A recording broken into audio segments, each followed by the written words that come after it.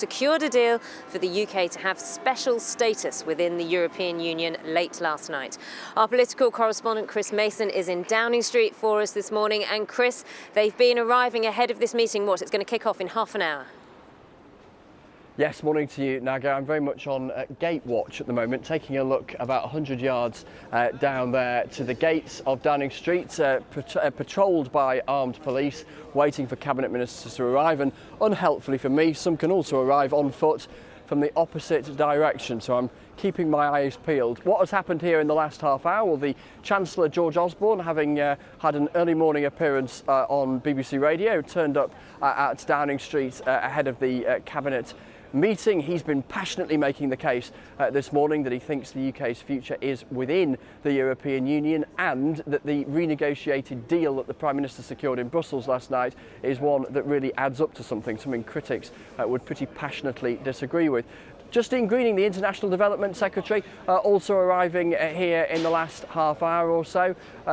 Lots of shouted questions from reporters like me about what she made of the deal. She replied with a cheery good morning, which was an answer, albeit not an answer to the question that we'd actually asked. Plenty more cabinet ministers to arrive. Every time I hear the gate clunking just 20 yards away to my right, I suspect it might be a cabinet minister, only to discover that it's actually a policeman. Huge sense of theatre as you can imagine on a day like this, because, as you say, it's the first cabinet meeting that's taken place on a Saturday since the Falklands conflict in the 1980s, and because, crucially, it will give cabinet ministers after the meeting the right to speak out candidly about whether they are for remain or leave the European Union, and they can keep their job in the cabinet. Normally, collective responsibility means they've all got to sing from the same hymn sheet. Not on this issue. I think we can actually hear from the Chancellor, George Osborne, who's been on the Today programme over on Radio 4 in the last hour. This is what he's had to say. The Prime Minister has delivered a clear plan that gives Britain a special status in the European Union, where we get the best of both worlds. So we have access to the single market, but we don't have the costs of the Eurozone. We have free movement and free travel, but we don't have migrants having the benefits from the moment they arrive. And we also have security in the European Union, whilst at the same time not being part of ever closer union. So we're stronger and safer and better off in the EU, and the alternative is a big leap in the dark with all the risks that involves.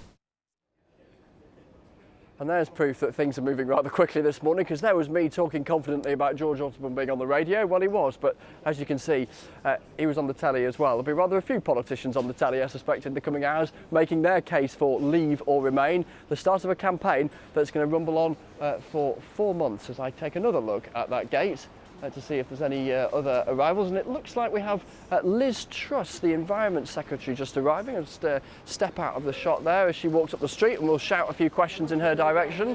What do you make of the deal, Minister? Is it a good enough deal for you?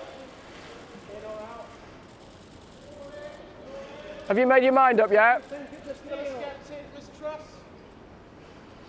So there you go, there's a flavour for how political reporters like me like to entertain ourselves on a Saturday morning, shouting questions at cabinet ministers as they walk up Downing Street and they smile back at us and say absolutely nothing. It's always delightful when it works out that way, Chris, isn't it? Good morning seems to be the stock answer to any of our political questions this morning, Indeed. Which I'm sure we're going to get much more later on. Chris, many thanks. We were talking about all the negotiations.